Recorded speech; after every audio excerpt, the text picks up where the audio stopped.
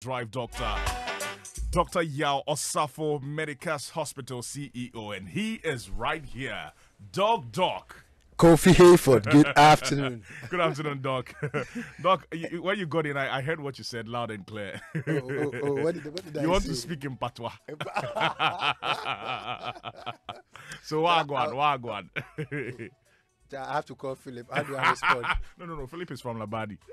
Philip is on the I have to come for some serious classes. Please do. For the patois. Patois is very, very necessary. Right. But it's good to see you. I haven't seen you this year. Yeah, we haven't met, and it's good to see you too. Right. It's been a good year so far. We started on a good note, and last week we had a conversation. And I want to talk about the health plan. Right.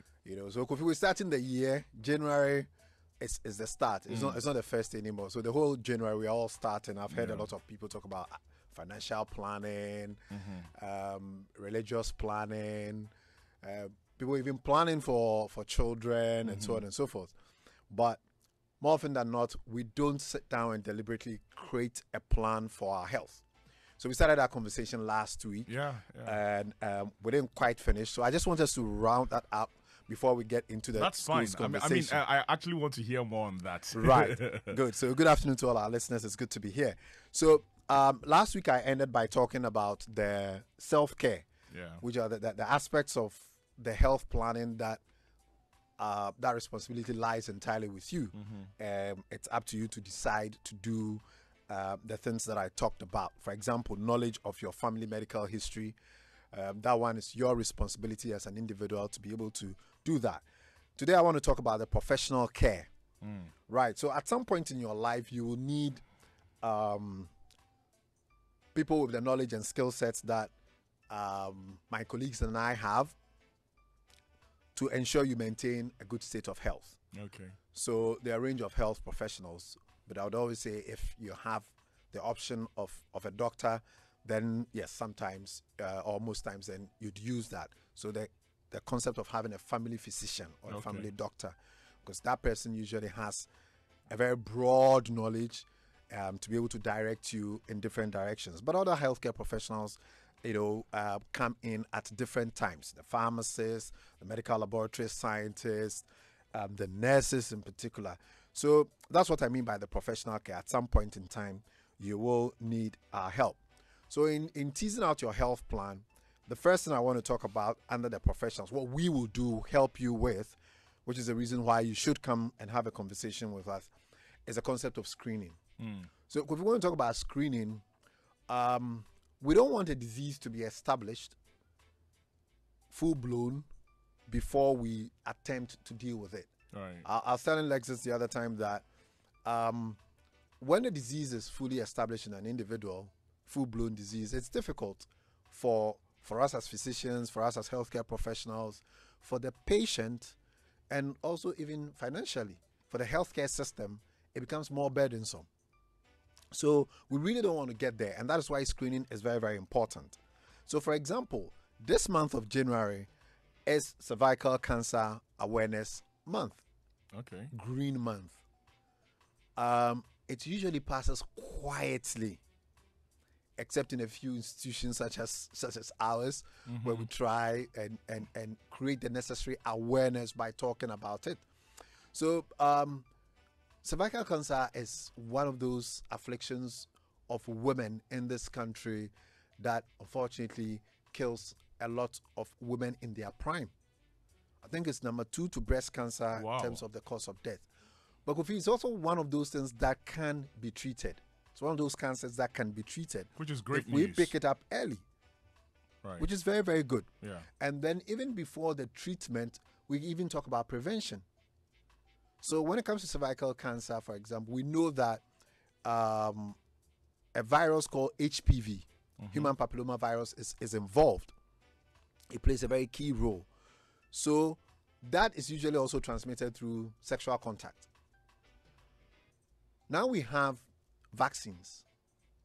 All right, we've had vaccines against this HPV virus for quite some time. But a lot of people don't know about the presence of the vaccine.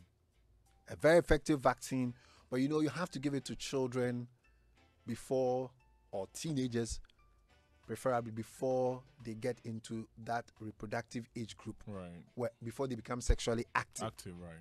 And that is where a lot of people feel a bit uncomfortable, because some are of the school of thought that once you give them a vaccine and you explain to them what the vaccine will do, meaning it will prevent them from getting human papilloma virus through sexual contact, it emboldens them to engage in more sexual activity.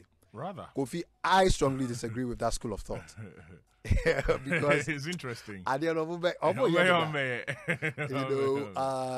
and we've seen teenage pregnancies and age of first sexual encounters dropping and all of that. So I don't believe that vaccinating them against human papilloma virus is going to make them any more bolder than they are right now. Right. So we've got breast cancer screening, which happens most of the time in October, Pink October. Yeah. We've also got screening for prostate cancer, colorectal cancer, sickle cell disease. You know, so if you go to your doctor would look at your history, physical examination, family history, personal medical history, and then decide which of these screening modalities is appropriate for you. For you. Right. So that's one of the things I want to talk about under professional care. There may be times where treatment or therapy, that's where we, the professionals, come in. The choice of therapy options for a particular disease varies. I am trained in Western medicine, but Kofi, I'll be the first person to tell you that is not the only treatment modality for disease. It's not. There are so many different treatment modalities, but this is my training as a healthcare professional in Western medicine. So that's what I tend to talk about. Right. That's what I practice. That's what I know. But then you, as an individual wanting to create a healthcare plan, you've got to decide what healthcare modality you would prefer for therapy. So when you come within the Ghana Health Service, for example, there are some centers where you go and there are herbal medicine practitioners in the consulting rooms. So I know, for example, if you go to Kofi Hayford Regional Hospital, for example, there are herbal medicine practitioners. So herbal medicine is an accepted practice in our part of the world. Everybody needs to decide in their health planning what modality that they want. Right. And then you seek appropriate help. We're not talking about the quacks. Somebody can set up and say, I'm doing acupuncture, and the person is a quack. You know, so there are the other treatment modalities. So you need to take a decision on that. So these are the two areas that I would want people to approach their family doctors to have conversations in that realm. Now, after you have done all of these things, we've heard all of the principles that underpin the healthcare plan, then I want us to set the goals, goal setting. The goal must be SMART. S-M-A-R-T. It must be specific. If you want to lose weight, for example, if that's your overarching goal, you have to let us know when exactly and how much weight that you want to lose. It must be measurable. It must be action-oriented. The action must be in your control. And then it must be realistic and then time-bound. So in your healthcare plan for this year, you've got to make sure that whatever it is that you decide, it must be SMART. So in conclusion, I'd say our bodies are similar to the machines and equipment that we use in our everyday lives. We need a careful plan to maintain it so that we're able to maximize its use throughout our natural lifespan. Right. So anybody wants to contact me to help them draw out their health plan, they can reach us at the end of the show. Get the number up there. So Kofi, now let's talk about school. Yes, back to school. All the kids are back in school. Good.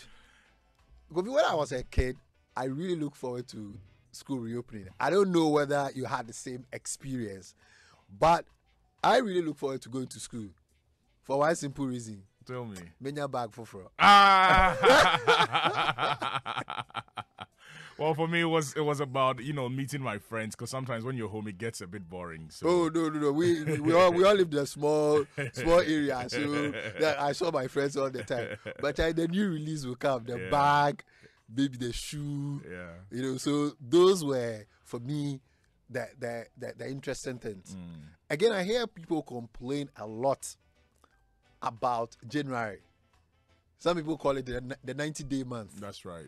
You know, and then they'll tell you that it's school fees month. So I know that for a lot of parents, and I'm a parent, and guardians, January is all they think about when children are going to go to school is school fees. Yeah. And all the associated costs that come with it. Right. So it's not a happy moment for a lot of parents and guardians. But I want everybody listening today, especially the parents, the guardians, the teachers, the school administrators, to also realize that there are significant or there are health considerations that you need to be aware of because school is reopening. So we're putting this on record. Every January when the kids are going back to school, it's not just about the fees that you have to pay and what they have to wear and all that, but rather there are some health considerations that everyone needs to consider before they go to school. Absolutely. So let's roll them out. So that's what I want to talk about today, right? So the school environment is mainly for pursuit of academic goals. That's how most of us would ordinarily think of a school. Although it goes beyond that, the acquisition of life skills, creating a network of people, socializing, and all of that. But the school environment too can pose certain hazards to our health.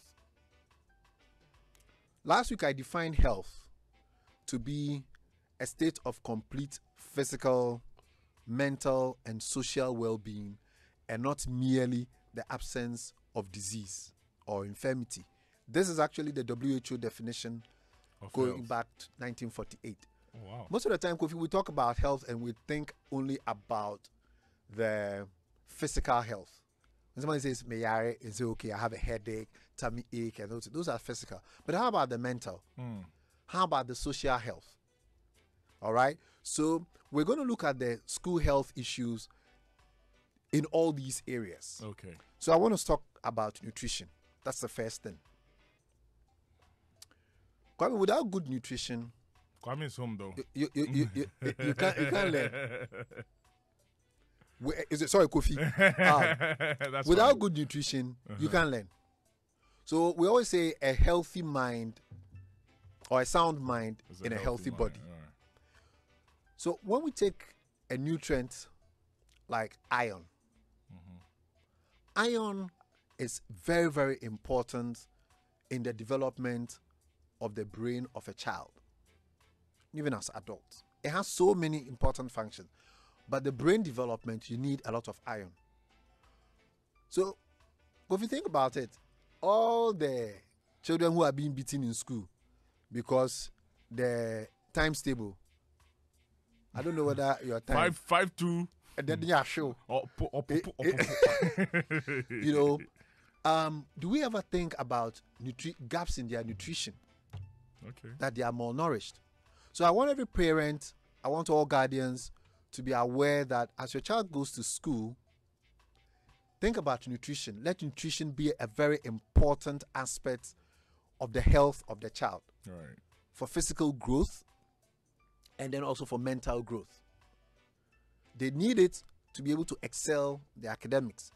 So that we don't just draw the conclusion that the school is not good. The teachers in the school are not good. Right. But what are you feeding your child? So these days we pack a lot of food. I know a school.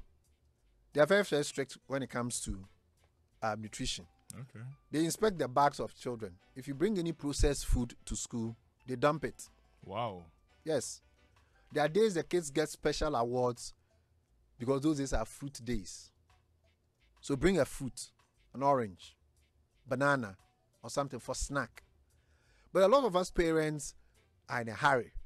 So we bought a lot of these high-calorie sugar things, and then we pack it as snacks for the children. I know some of the schools also provide meals, lunch, for example, for them. It is very, very important. It is for good reason that the government of President Kufuor introduced that school feeding program. The concept or the idea is to provide one healthy, meal, nutritious meal, because nutrition is important. So I want all parents to consider nutrition. If in doubt about what constitutes good nutrition for a growing child, please reach out to us or reach out to any registered dietitian. Please, it's not the Google dietitian. So. No. Proper dietitian. A dietitian, a trained dietitian, to be able to carve out an age-appropriate diet for the child. A teenager, a child under 5, they need different requirements from we as adults. So nutrition is the first thing I want to talk about. The next thing I want to talk, the health consideration I want to talk about is hygiene. Kofi, a lot of the challenges that I see in my adult clinic is because of poor personal hygiene in individuals. So when we talk about personal hygiene, we're talking about how one keeps themselves physically. Kofi, a lot of skin conditions, for example, simply because people don't take their baths regularly. Fingernails. When I was younger, it was one of those things that they check at assembly. Because you can accumulate dirt under your fingernails. That's right. And you know that we eat with our hands most of the time. Yeah. So that is also very important.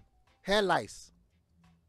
You know. I haven't heard about that in a very long time. Oh, is it still there? They still exist. Yes, it's there. Oh, wow. You know, all these things are personal hygiene problems. So we need as parents to supervise and make sure that our children keep a certain sense of hygiene. And then the school authorities too should also insist that the children keep a certain level of hygiene so that we reduce the ill days in school. The next health consideration is sanitation. Insanitary conditions on the school compound poses a serious risk to the health of all who use the school premises, teachers included. We have a big problem in this country regarding sanitation, to the point that we even have a minister of sanitation. But you go around our lorry stations, our markets, and I follow that program I think Joy Multimedia, I think JoyNews, about the state of the of hygiene in our markets. I mean, the insanitary conditions there. And it starts with our children. It starts with them. We need to put them in a clean environment that will promote teaching and learning. There must be toilets in the schools. So if you're a parent and you are changing school or you are going to enroll your child, please look out for these things, because they may come with gastrointestinal disorders, worms, and all of that because of the insanitary conditions in the school. Next, I want to talk about bullying, mental health. It's one of those things that we neglect to talk about. When I was going to secondary school, I was told that I should expect to be bullied.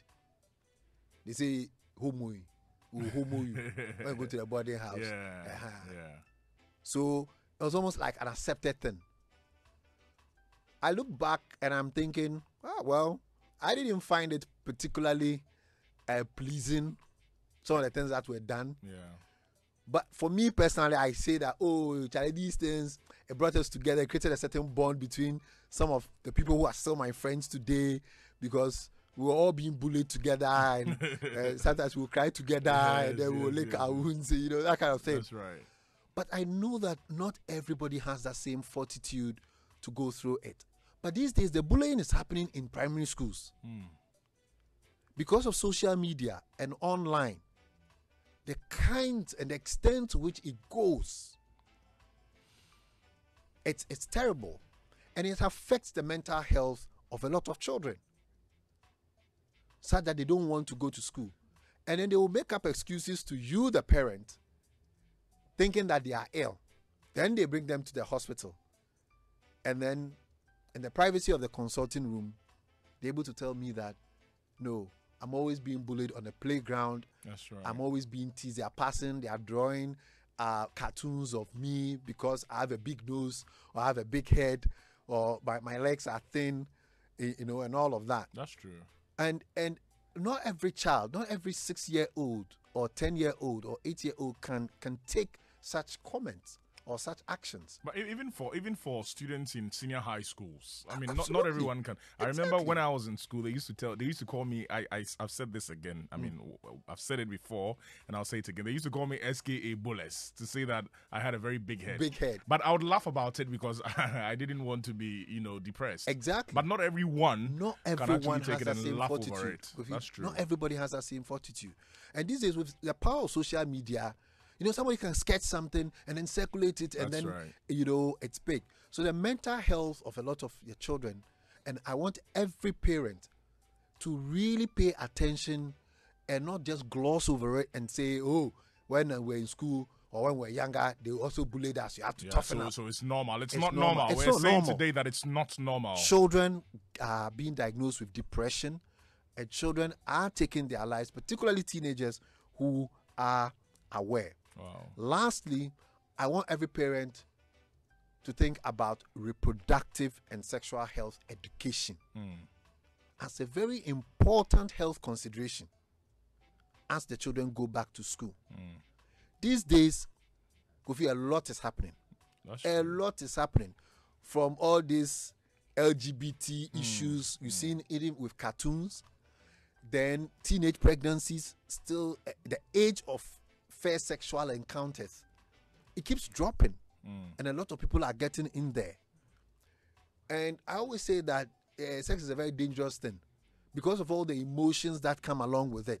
And you must have a certain level of maturity, when you get before you get involved in it. So we say that there are age-appropriate information, education, communication material. I know that there was a lot of brouhaha in this country when there was the curriculum reform or curricular reform with the GES. People thought they were trying to sneak things in. But if you look at it, what you're trying to do a lot more is to introduce what we call reproductive and sexual health education. Right. I concede we are a very conservative society, and therefore we cringe. A lot of parents cringe when you want to talk about sexual issues to your 14-year-old or 15-year-old. But the hormones have started. Your daughter is developing breasts. She has pubic hair. She has axillary hair in the armpit. They are feeling certain things. They are becoming more aware. So please, it's about time you have that conversation with them. It's about time the schools also encourage for these clubs to happen. And when we talk about reproductive and sexual health, we always talk about menstrual hygiene. Menstrual hygiene, especially to the young ladies as well. So these are the range of health considerations that I believe all parents, all educational institutions, teachers, administrators, and even the children themselves should be aware of as they prepare to go to school. If you think your child is malnourished and you want an evaluation by a doctor, please don't hesitate. Reach out to your family doctor, family physician, or come out to us at Medical's Hospital, and we're able to help you sort out the health considerations or the health issues, the things that you should really, really look out for as your children go back to school. Very well, Doctor. I think that this has been, a very fruitful conversation. I'll let you put your number out, but this is to remind you, if you're listening, that this is Drive Chat. We're having a conversation with our Drive Doctor, Doctor Yaw Osafo, and we're talking about back to school, what you need to know, especially with the kids. Our Drive Chat is brought to you by MTN everywhere you go. Danex Iton, Starwin PLC. Let's take this short message. We'll be back to wrap up on this.